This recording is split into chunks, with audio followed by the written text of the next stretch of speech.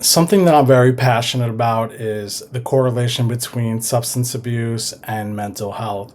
And before I get into this, I just want to state that anything that I'm about to say is opinionated. It's through my experience, strength, and hope.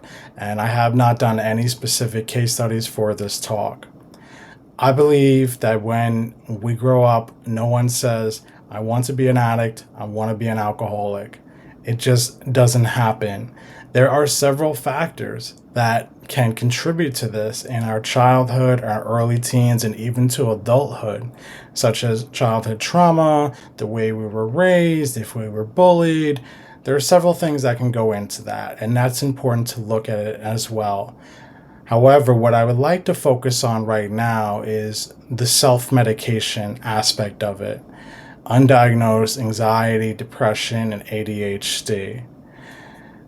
When I think of a treatment center, when I think of a psychiatrist, I think these are all fantastic steps. And my opinion is that any 7 day, any 28-day rehab can definitely help you get you sober. But for some, a long term treatment center is needed. Going away for several months and getting time in between that drug. Sometimes you need 3, 4 months just for the fog to begin to lift. And in that time, whether you go away to a treatment center or you're in an IOP, an intensive outpatient, or you're just doing some type of therapy and you're doing a 12 step, if you see a psychiatrist, see the psychiatrist for 8 to 12 weeks instead of a one time visit. I think it's really hard for someone to truly get to know you and properly diagnose you just on a one time visit. That's why I believe that 28-day programs and one time psychiatrist appointments, they don't necessarily work.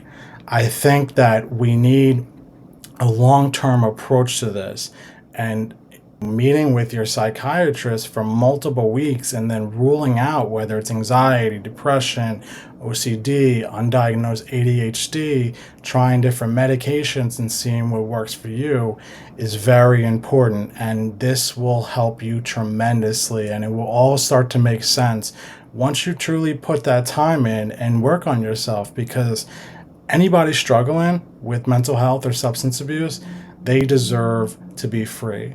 They deserve treatment. And I do believe that we are all addicts.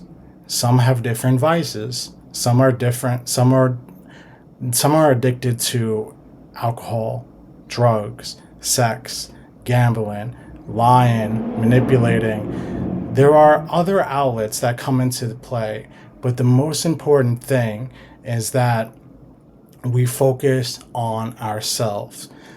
I think that with the opioid epidemic and with alcohol being so prevalent, there is a real need for a focus on ourselves.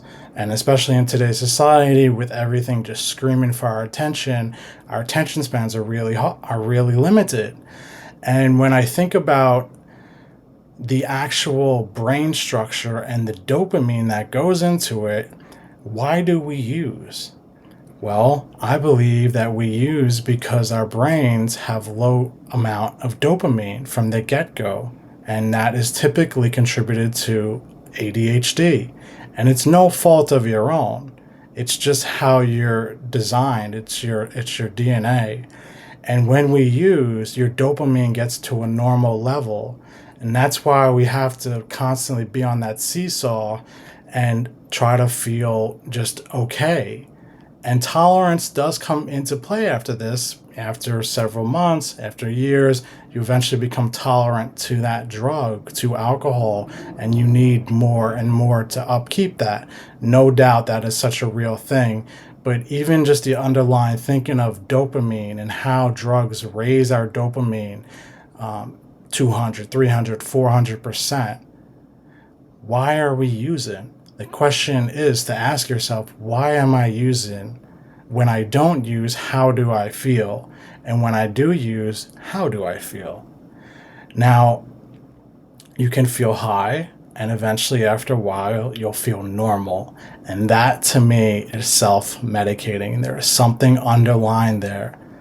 Undiagnosed ADHD, undiagnosed anxiety, undiagnosed depression. And I will make another video on the symptoms of ADHD, because when I first learned about it, I thought it was just inability to pay attention, and come to learn that there are so many more symptoms out there.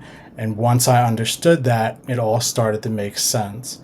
My suggestion would be to most definitely focus on your mental health. Put yourself first. If you need a long-term treatment center, go get the help.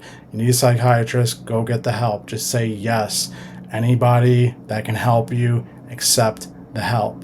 And the last thing I want to say is that it's very important to do what's in front of you, because I believe that when it comes to feeling triggered, feeling overwhelmed can be the number one trigger that can lead someone back into substance abuse.